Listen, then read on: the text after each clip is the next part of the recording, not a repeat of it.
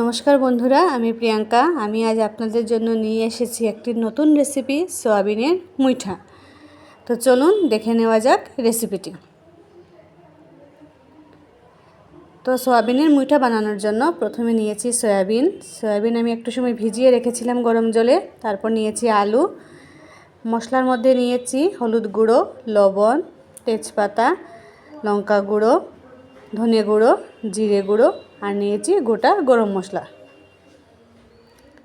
আর লাগবে তেল, tomato paste, আদা রসুন বাটা, কাঁচা লঙ্কা, পেঁয়াজ কুচানো আর নিয়েছি আমি বেসন। প্রথমে আমি কড়াইয়ের মধ্যে দিয়ে দিচ্ছি তেলটা গরম হয়ে গেলে তার মধ্যে আমি কেটে রাখা আলুগুলো দিয়ে ভেজে নেব। আমি সয়াবিনটা এখানে আধ ঘন্টার মতো ভিজিয়ে রেখেছিলাম গরম জলে। তো আপনারা প্রথমে সয়াবিনটা একটু ভিজিয়ে রেখে দেবেন। তো কড়াইয়ের মধ্যে আমি আলুগুলো এক এক করে সবগুলো ছেড়ে দিয়েছি। তারপর এর মধ্যে দেব লবণ আর দেব হলুদ গুঁড়ো।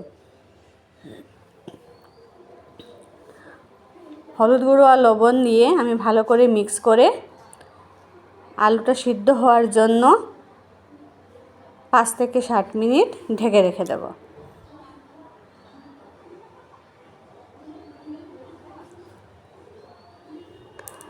আমার আলুগুলো ভাজা হয়ে গেছে। এদিকে আমি সয়াবিনগুলো যে আগে ভিজিয়ে রেখেছিলাম এগুলো মিক্সিতে পেস্ট করে নিয়েছি। তার মধ্যে দিয়ে দিচ্ছি হলুদ গুঁড়ো, লবণ, জিরে গুঁড়ো আর দিয়ে দেব সামান্য পরিমাণ লঙ্কা গুঁড়ো আর দিয়ে দিচ্ছি এখানে বেসন দিয়ে এগুলো ভালো করে মিক্স করে নেব। ভালো করে মিক্স হয়ে গেলে এগুলো আমি মুইঠা রেডি করে নেব। এটা মিক্সটা ভালো করে হতে লাগবে, না হলে মুইঠাটা সুন্দর করে ভাজা হবে না বা তৈরি করা হবে না। তারপর আমি কড়াইয়ের মধ্যে তেল দিয়ে মুইঠাগুলো এক এক করে ভেজে নেব। মুইঠাগুলো ভালো করে ভাজতে লাগবে, না হলে যখন আমরা তরকারি রান্না করব তখন মুইঠাটা ভেঙে যাওয়ার চান্স থাকবে। এই জন্য আপনারা যখন এটা ঘরে ট্রাই করবেন তখন মুইঠাগুলো দুটোটা দিকই ভালো করে ভেজে নেবেন। এই দেখুন আমি দুইটা দিকে ভালো করে ভেজে নিয়েছি। ভেজে নিয়ে আমি একটি বাটিতে এগুলো নামিয়ে নিচ্ছি। বাকি যেগুলো মুইঠা বানিয়ে রেখেছিলাম এগুলো এইরকম করেই ভেজে নেব। তারপর কড়াইয়ের মধ্যে গোটা গরম মশলা দিয়ে দেব আর দেব তেজপাতা। এগুলো একটু ভাজা হয়ে গেলে এর মধ্যে আমি দিয়ে দেব কুচনো পেঁয়াজ।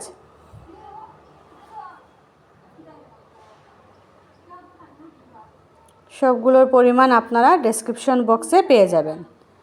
পেঁয়াজগুলো একটু লাল লাল মতো ভাজা হয়ে গেছে।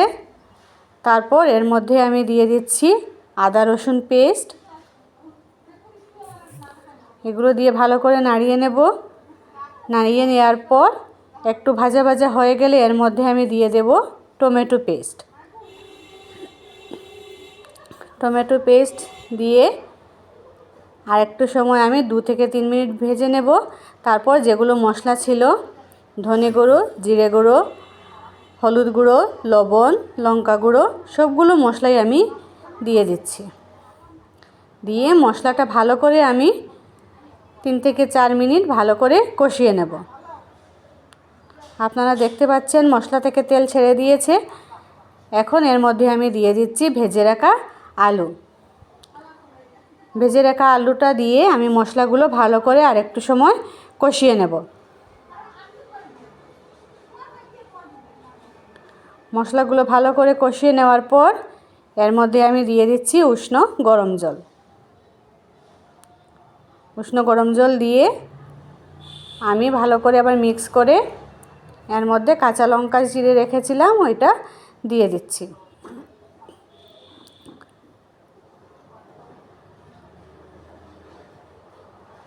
ভালো করে মিক্স হয়ে গেছে। তারপর আমি এটা একটা ঢাকনার সাহায্যে ঢেকে রেখে দেব আরও 7 থেকে 8 মিনিটের জন্য। আমার যা তরকারির মধ্যে ভালো করে মিক্স হয়ে গেছে এবং আলুগুলো সিদ্ধ হয়ে গেছে। তারপর আমি মুঠাটা যে ভেজে রেখেছিলাম ওই মুঠাগুলো সবটা দিয়ে দেব। মুঠাগুলো দিয়ে বেশি নাড়াতে লাগবে না, একটু সময় নাড়িয়ে এটার মধ্যে দিয়ে দিচ্ছি গরম মশলা গুঁড়ো।